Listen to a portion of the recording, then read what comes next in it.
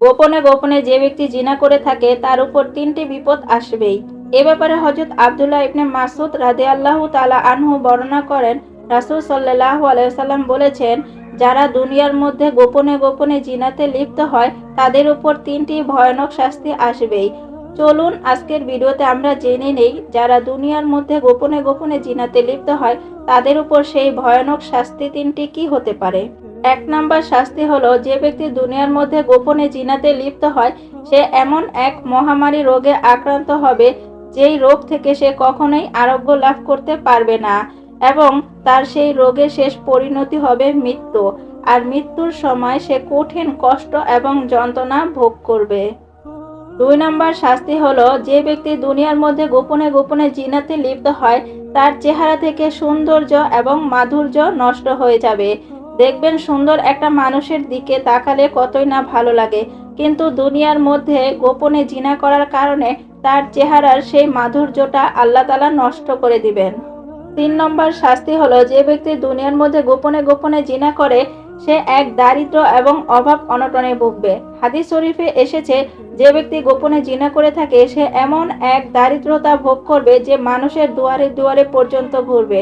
তাই প্রিয় ভাই ও বোনেরা, দেখুন গোপনে গোপনে জিনা করার কারণে আল্লাহ পাক এই তিনটি ভয়ানক শাস্তি তার জন্য রেখে দিয়েছেন। তাই আমরা আসুন গোপনে জিনা করা থেকে বিরত থাকি। আমরা মনে করি এই দুনিয়ার মধ্যে আমরা যত পাপ কাজ করি মানুষ তো দেখতেছে না, কিন্তু একটা কথা আপনি সবসময় মনে রাখবেন, মানুষ আপনাকে না দেখুক, স্বয়ং আল্লাহ পাক নিজে আপনাকে দেখছেন। এমনকি আমাদের বাম কাঁধে এবং ডান কাঁধে ২ জন ফেরেশতা স্বয়ং আল্লাহ পাক নিয়োগ করে রেখেছেন। আপনি যদি ভালো কাজ করেন তাহলে সেই ভালো কাজগুলো ফেরেশতা লিখে রাখেন, আর আপনি যদি খারাপ কাজ করেন তাহলে সেই খারাপ কাজগুলো ফেরেশতা লিখে রাখেন। তাই দুনিয়ার মধ্যে পালানোর কোনো সুযোগ নাই। দেখুন, দুনিয়ার শাস্তি হলো ক্ষণস্থায়ী, কিন্তু সেই আখিরাতে আমাদের চিরস্থায়ী শাস্তি নির্ধারণ করে রেখেছেন, যেই শাস্তির কোনো শেষ নেই। বছরের পর বছর আমরা সেই শাস্তি ভোগ করব। তাই দুনিয়ার মধ্যে যদি আপনি গোপনে কোনো পাপ কাজ করেন আর মনে করেন যে মানুষ আপনাকে দেখছে না, কিন্তু আপনি এটা মনে করবেন স্বয়ং আল্লাহ পাক নিজে আপনাকে দেখছে। মানুষের চোখ থেকে আপনি পালানোর সুযোগ পেলেও মহান রব আল্লাহ তাআলার চোখ থেকে আপনি কখনোই পালাতে পারবেন না। দুনিয়ার মধ্যে যদি আপনি ভালো কাজ করে যেতে পারেন তাহলে পরকালে আপনি ভালো থাকতে পারবেন, আর দুনিয়ার মধ্যে যদি আপনি কোনো পাপ কাজ করে যান তাহলে পরকালে আপনি কখনোই ভালো থাকতে পারবেন না।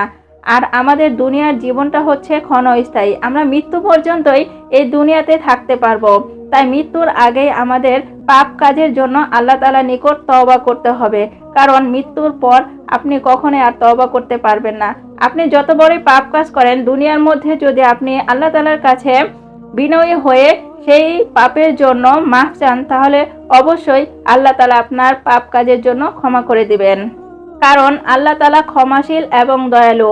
আল্লাহ তাআলা নিজে বলেছেন, যদি কোনো বান্দা আসমান এবং জমিন পরিমাণ গুনাহ নিয়ে আমার কাছে মাফ চায় আমি আল্লাহ অবশ্যই আমার বান্দার সেই গুনাহসমূহকে ক্ষমা করে দিব। আর সেই ক্ষমা চাওয়াটা থাকবে আপনার দুনিয়ার মৃত্যুর আগ পর্যন্ত, কারণ মৃত্যুর পর আপনি আল্লাহ তাআলার কাছে যতই মাফ চান যতই ক্ষমা চান আল্লাহ তাআলা কখনোই ক্ষমা করবেন না।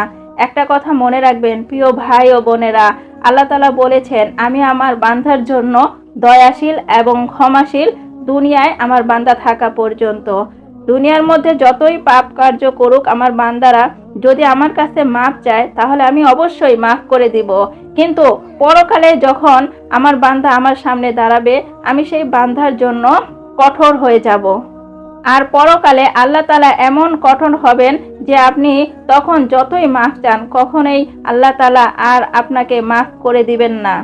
তাই আসুন প্রিয় ভাই ও বোনেরা, দুনিয়াতে আমরা ভালো কাজ করি এবং খারাপ কাজগুলো বর্জন করি, কারণ এই পৃথিবীতে আমরা কখনোই চিরকাল বেঁচে থাকবো না। আমরা এক সময় না এক সময় এই দুনিয়া থেকে চলে যাব, আর এই দুনিয়াতে আল্লাহ পাক আমাদেরকে পাঠিয়েছেন তার ইবাদতের জন্য। তাই আসুন আমরা দুনিয়াতে আল্লাহ তাআলার ইবাদত করেই বেঁচে থাকি, সব সময় আমরা গুনাহ থেকে বিরত থাকি এবং ভালো কাজগুলো করি। আল্লাহ তাআলা আমাদের সবাইকে বুঝার তৌফিক দান করুন, আমিন।